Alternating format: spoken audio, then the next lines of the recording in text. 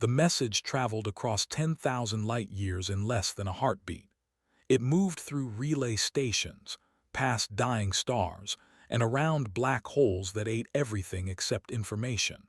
When it finally reached the Great Hall of the Galactic Council, nobody was ready to hear it. Commander stood in the holographic projection chamber on Earth. He was a tall man with tired eyes and gray hair that had turned white too early. Behind him, through the window, ships were rising into the sky. Thousands of them. The sight would have amazed anyone who did not know what was coming. "This is Commander of the Human Alliance," he said into the recorder.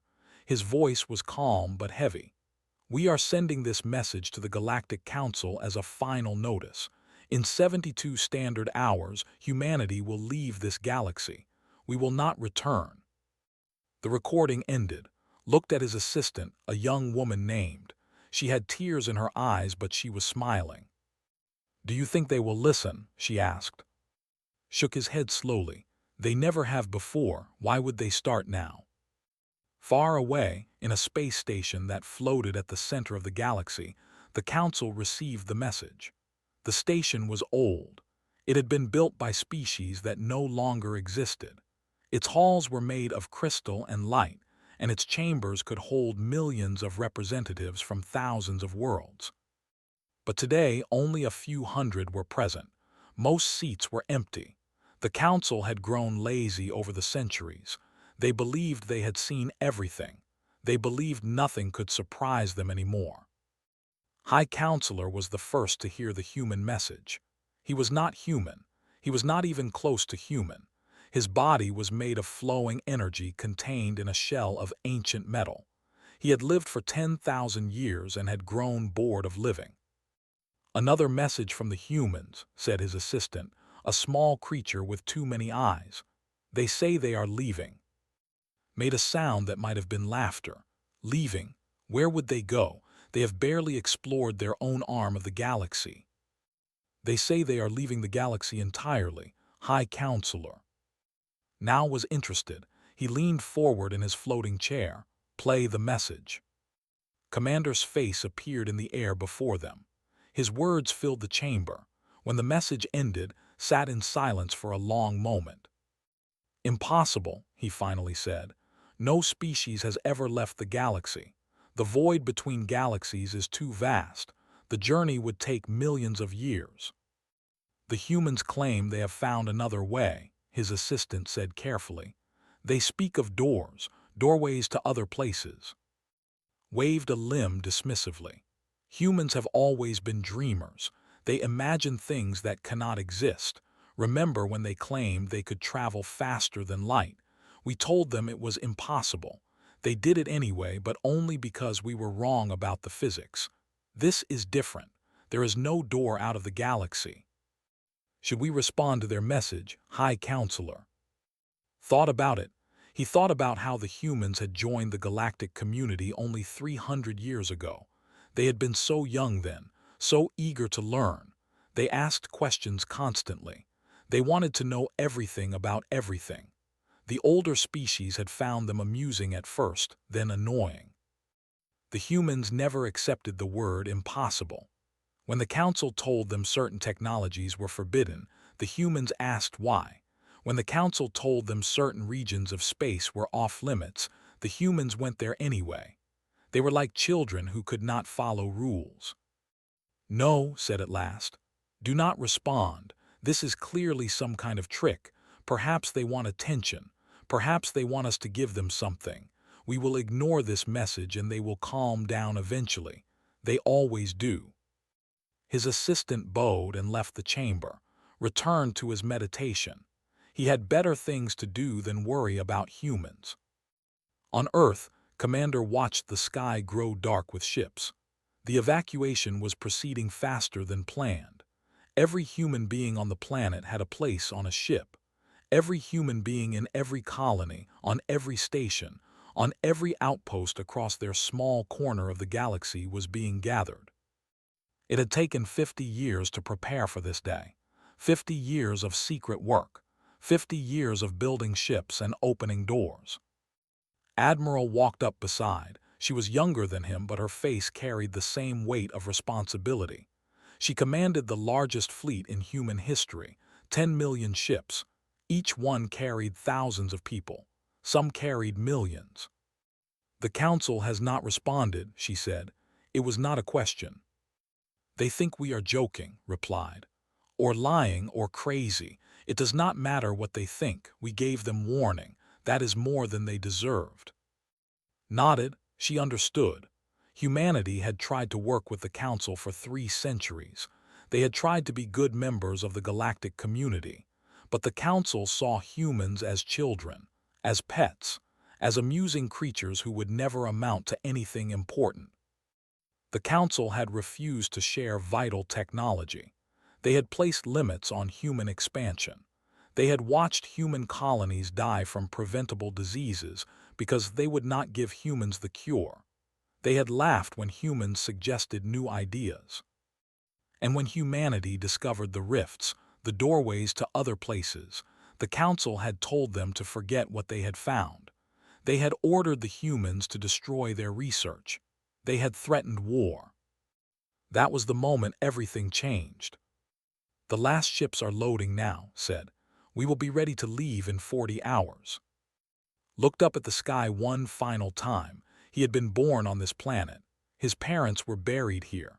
His children had taken their first steps on this soil. Leaving was not easy, but staying was no longer possible. "Then we leave in 40 hours," he said, "and we never look back." Across the galaxy, the Council continued its endless debates about trade agreements and territorial disputes. They argued about things that no longer mattered. They did not know that the humans had already made their choice. They did not know that the galaxy was about to become much emptier. And they did not know that by the time they finally paid attention, it would already be too late. Engineer Wu had not slept in 4 days. His eyes were red and his hands were shaking from too much coffee, but he could not stop working. Not now, not when they were so close. The dimensional drive sat before him like a sleeping giant. It was the size of a small building, covered in wires and tubes and panels that glowed with soft blue light. This machine would change everything. This machine would save humanity. "How much longer?" asked Director. She stood behind him, watching his every move. She was a small woman with sharp eyes and a sharper mind. She had led the secret research project for 20 years. 6 hours, Wu said, maybe less. The calibrations are almost complete. Nodded, 6 hours was good. They had 34 hours before the departure. That gave them enough time for testing. The dimensional drive was not like anything the galaxy had ever seen. The Council species used hyperspace to travel between stars. It was fast, but it had limits. You could not use hyperspace to leave the galaxy. The void between galaxies was too empty. There was nothing for the hyperspace engines to grab onto. But the dimensional drive did not use hyperspace. It opened doors, real doors to other places. Places that existed alongside this universe, but were separated by walls that most species did not know existed. Humanity had discovered these walls by accident. A science ship exploring the edge of the galaxy had detected something strange, a vibration in the fabric of space itself. They followed the vibration and found a crack, a tiny tear in the universe. When they reported their discovery to the Council panicked. They ordered the humans to forget what they had found. They sent warships to destroy the science vessel, but the ship escaped and the secret survived. For 50 years, humanity had worked in hiding. They built research stations in places the Council never looked. They studied the crack. They learned to make it bigger, and eventually they learned to make their own cracks. The first door opened into nothing, just empty space but different. The stars were wrong. The galaxies were in different places. It took the scientists 3 years to understand what they had done. They had opened a door to another universe entirely. And in that universe, there was a galaxy waiting for them. Empty, untouched, full of stars and planets and resources that no one had ever claimed. Wu finished the final calibration and stepped back. The drive hummed quietly, ready for its work. "It is done," he said. Allowed herself a small smile. "Good, begin the testing sequence." While the engineers worked, Admiral coordinated the fleet from orbit. Her command ship, the Horizon, was the largest vessel humanity had ever built. It was 5 kilometers long and carried a crew of 50,000 people. But it was just one ship among millions. "Status report," she said to her bridge crew. "All fleets are assembled," said Captain. He was her second in command, a steady man who never seemed worried about anything. "Earth fleet is at full strength. Mars fleet is ready. The colony fleets from Trappist and are en route. They will arrive within 12 hours. Looked at the display before her. It showed the locations of every human ship in the galaxy. There were so many that they looked like clouds of stars. 10 million vessels, each one packed with people and supplies and hope. "And the civilians?" she asked. "Loading is 92% complete," said. "We estimate full loading in 18 hours. 18 hours, that was cutting it close, but they would make it, they had to make it. On the surface of Earth, the evacuation continued day and night. People lined up at transport stations, carrying whatever they could, photographs, jewelry, small boxes of soil from their gardens, things that would remind them of home. A woman named walked through the crowd, helping people find their assigned ships. She was a teacher before all this began. Now she was a volunteer coordinator, one of millions who kept the evacuation running smoothly.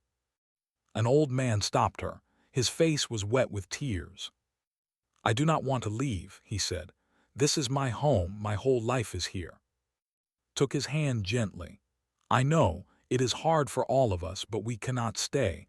The Council will never let us live in peace.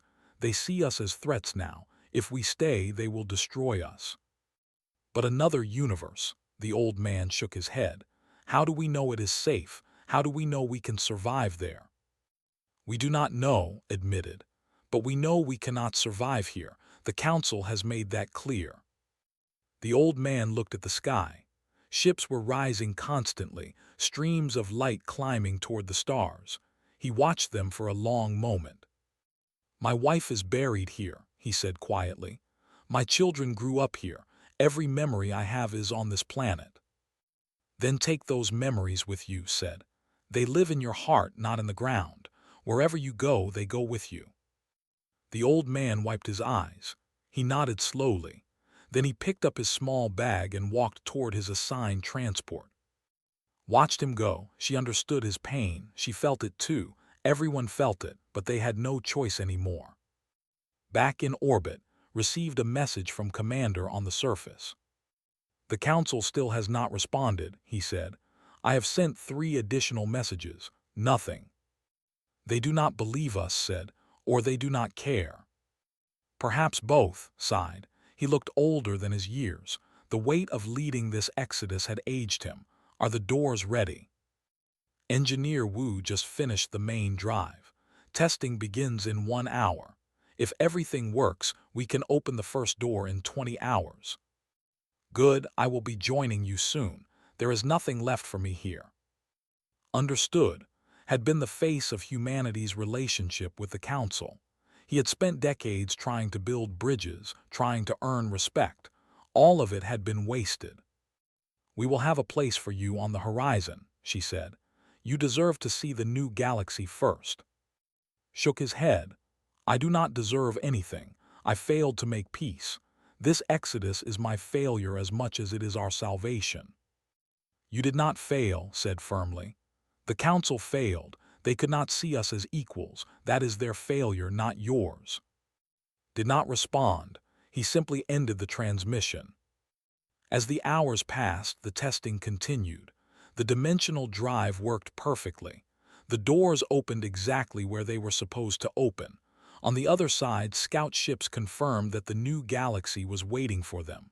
Clean, empty, ready for humanity to call it home. Engineer Wu finally allowed himself to rest.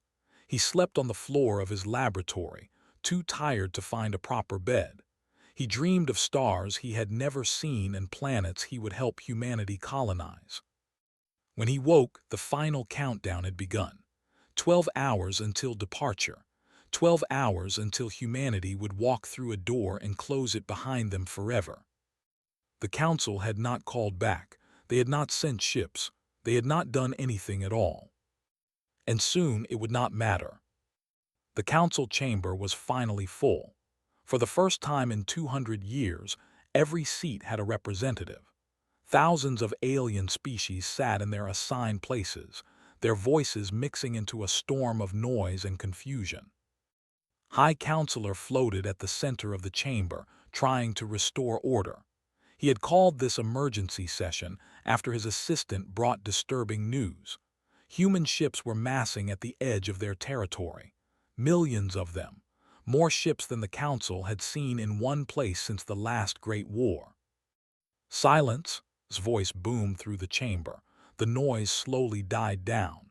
"We are here to discuss the human situation. As many of you have heard, they have assembled a massive fleet. They claim they are leaving the galaxy." A representative from the species stood up.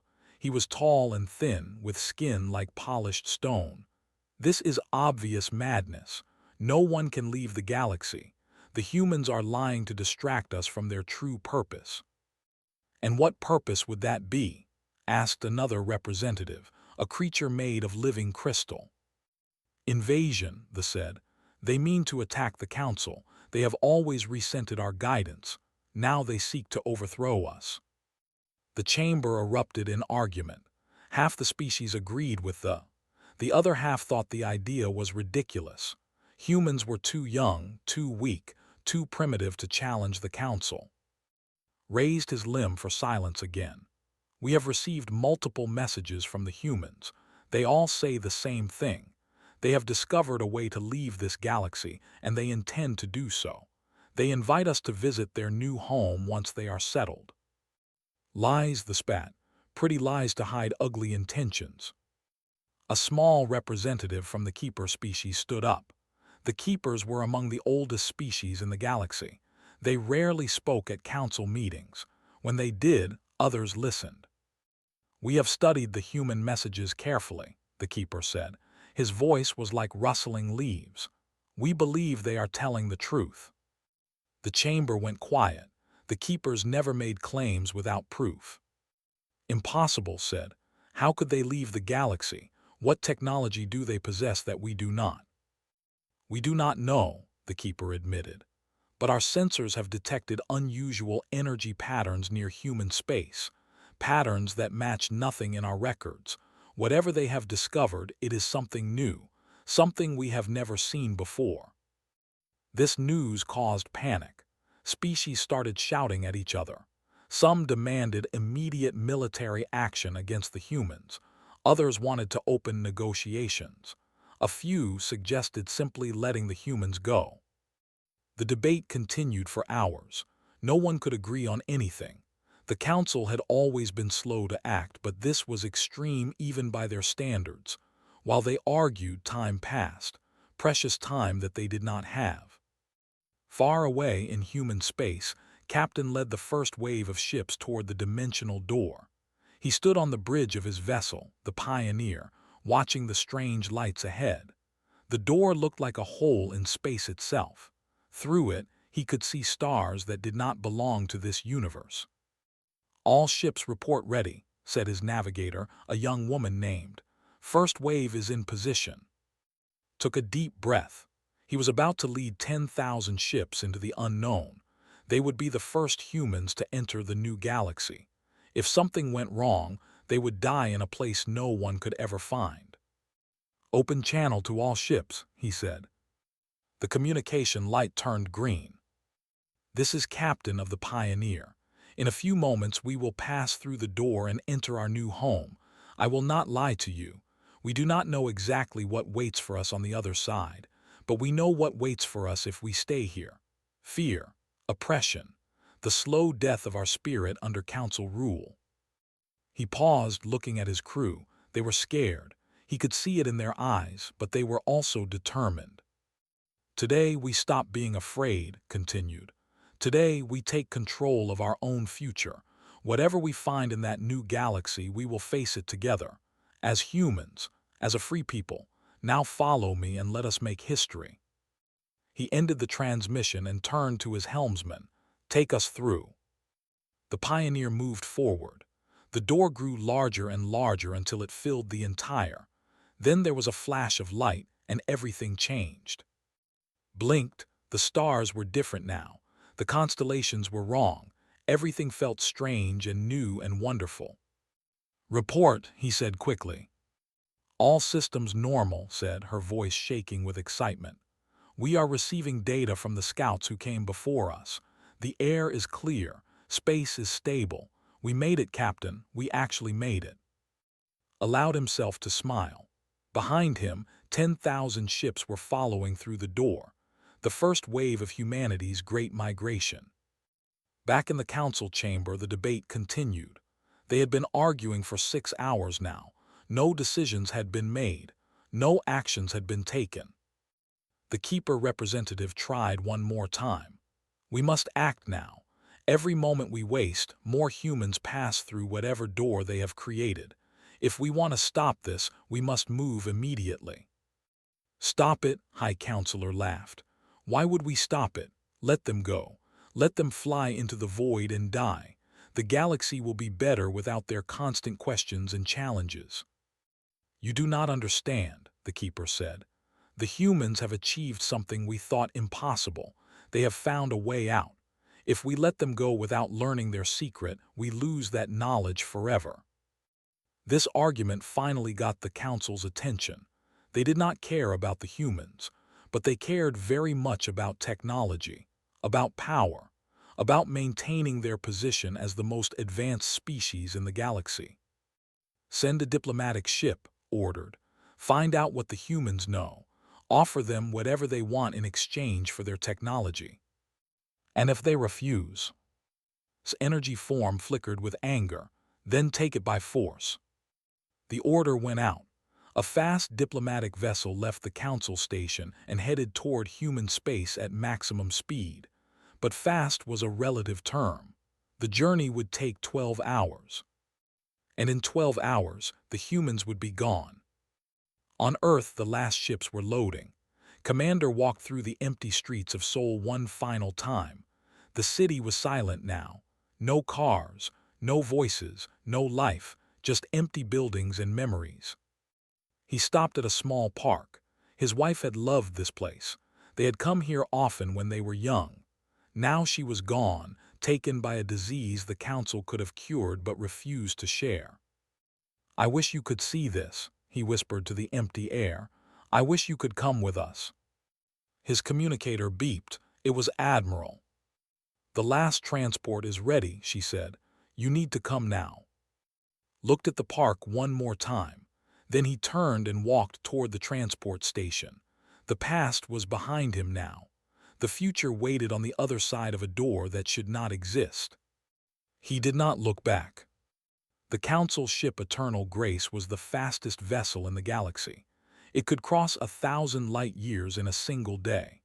Its pilot, a being of pure thought named Observer 7, pushed the engines harder than they had ever been pushed before. "We are exceeding safe velocity limits," the ship's computer warned. "I do not care," Observer 7 replied. "The Council has ordered us to reach Earth before the humans depart. We will reach Earth." The ship screamed through hyperspace, leaving trails of distorted light behind it. Inside, a team of diplomats prepared their offers. Technology, resources, territory, whatever the humans wanted, the Council would give them, as long as they shared the secret of the dimensional doors.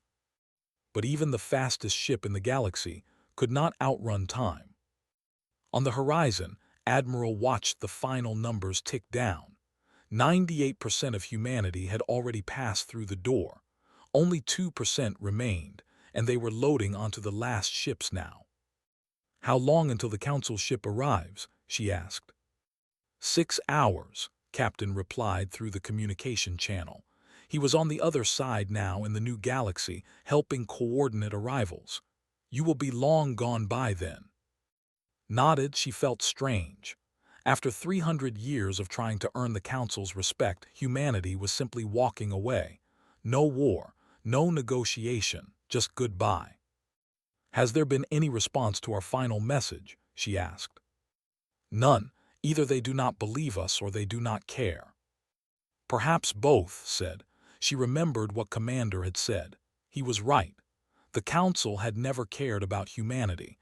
They had only cared about controlling humanity. The last transport ships rose from Earth's surface. They carried the final 1,000,000 people who had been waiting their turn. Scientists who wanted to study the old world until the very end. Historians who documented everything they could. And ordinary people who simply could not leave until they had said goodbye to their planet. Gave the order.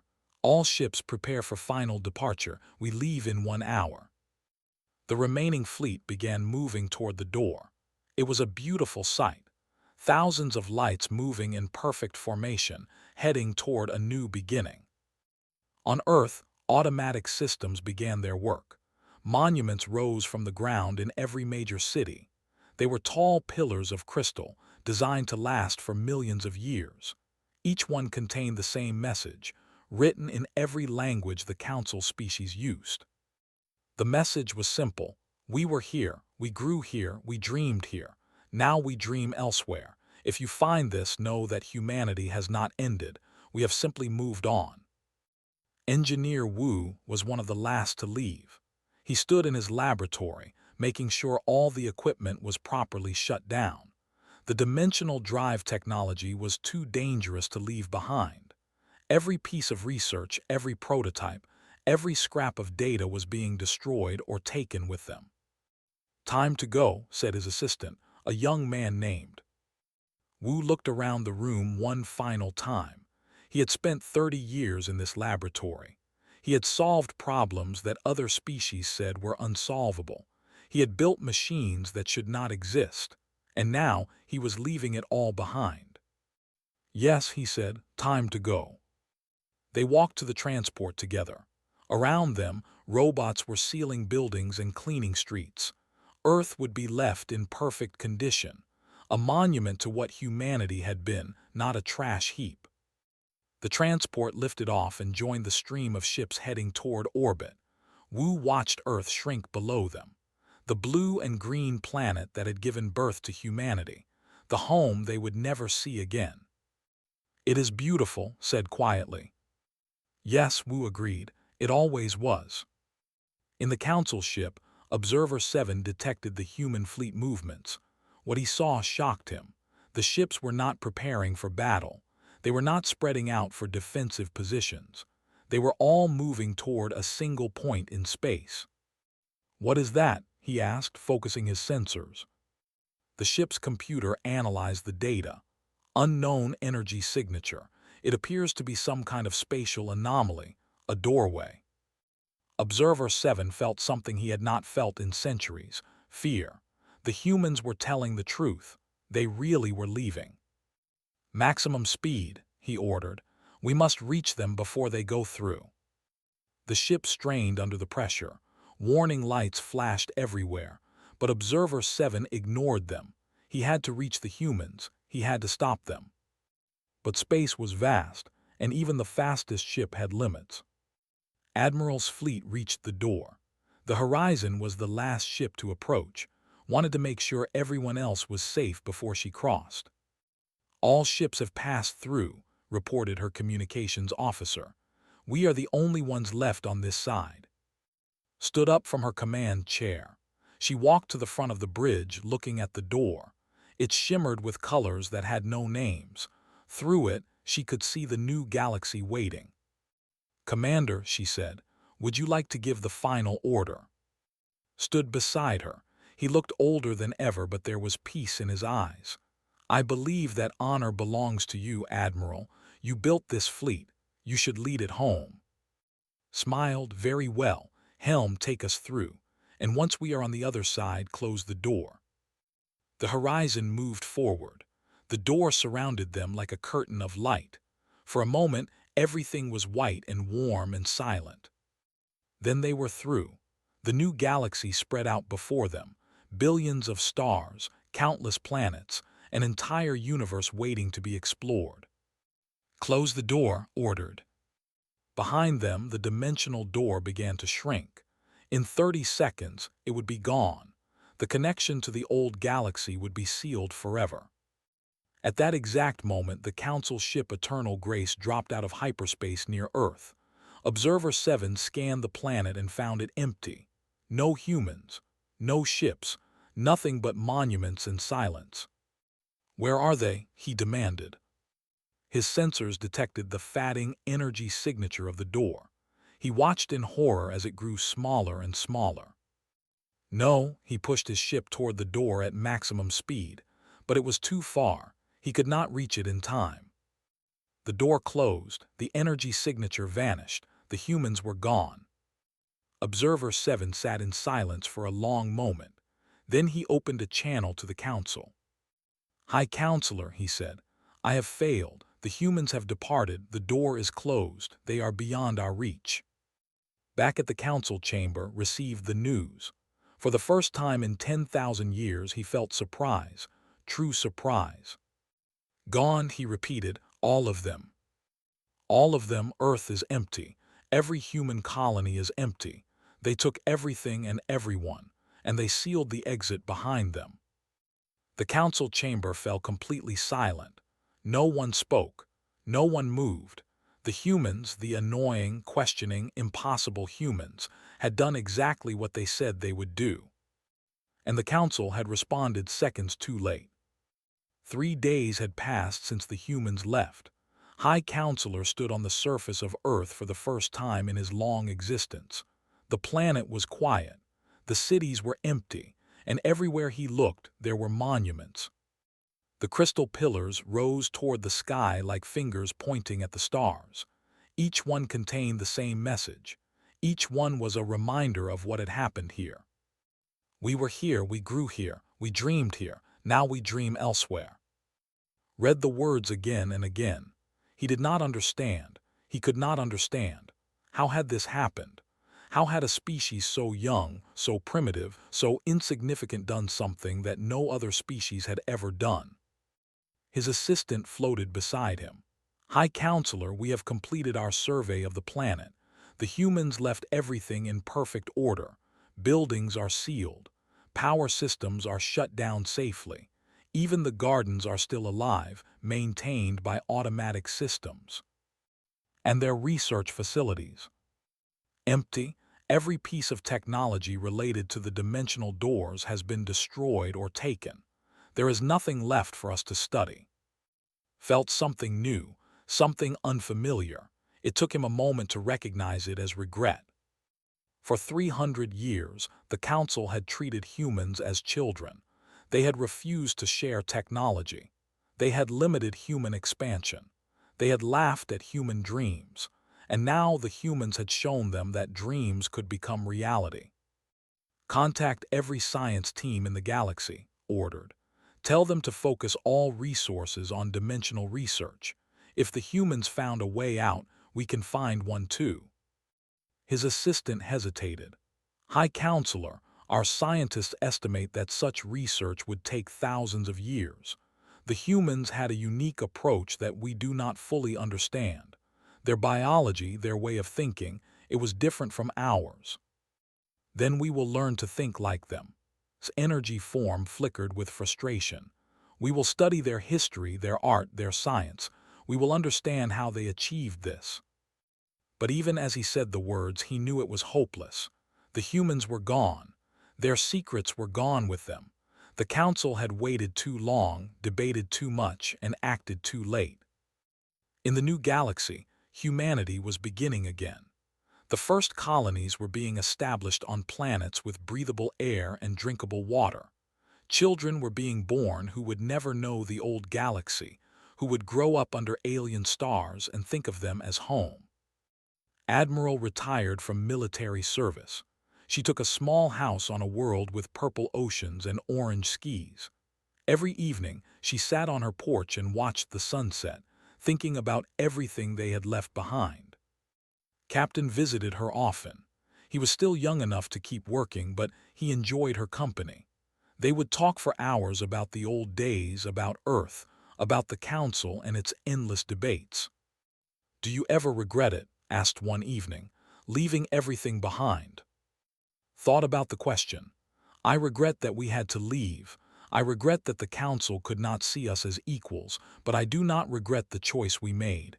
We had no future there. Here, we have everything." She pointed at the sky. It was full of stars, each one a sun with planets waiting to be explored. "Look at that. An entire galaxy just for us. No council to tell us what we can and cannot do. No rules except the ones we make for ourselves. This is what freedom looks like." Commander did not live long after the exodus. The stress of leading the departure had weakened his body. He passed away peacefully, surrounded by friends and admirers who honored his sacrifice. His final request was simple. He wanted his ashes spread among the stars of the new galaxy. He wanted to become part of the universe he had helped humanity claim. 1,000 ships gathered for the ceremony. They flew in formation through a beautiful nebula, releasing small containers of ash that caught the light and sparkled like diamonds. Commander, who had given everything for his people, became one with the cosmos. Engineer Wu continued his research. He improved the dimensional drives, making them safer and more efficient. He trained a new generation of scientists who would push the boundaries of what was possible. And sometimes, late at night, he thought about opening a door back to the old galaxy. Not to return, just to see what had happened since they left. But he never did. The past was the past. The future was what mattered now. Years passed, then decades, then centuries. Humanity spread across their new galaxy, building civilizations that surpassed anything they had created before. They made contact with new alien species, species who had never heard of the Council. This time, humanity was the elder race. This time, they were the ones who welcomed newcomers. And they remembered their own history. They remembered how it felt to be treated as less than equal. They swore never to do the same to others. Back in the old galaxy, the Council continued to exist, but something had changed. The humans were gone, and with them went a certain energy, a certain life. The galaxy felt older now, quieter, less interesting. Other species began to ask questions that sounded very human. They wondered if there were other ways to do things. They wondered if the Council's rules were really necessary. They wondered if they too could find a door to somewhere else. The Council tried to stop these questions, just as they had tried to stop the humans. But ideas are harder to control than people. The seed of doubt had been planted. Pilot had been the one to send the final transmission. She was just 20 years old when she recorded the message that would become humanity's last words to the Council. "We thank you for the stars, but we have them. For 300 years you called us children. Perhaps we were, but children grow up. They learn. They become something more than their parents ever imagined."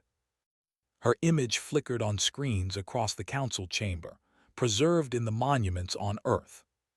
"You feared our questions because you had no answers. You limited our growth because you feared what we might become.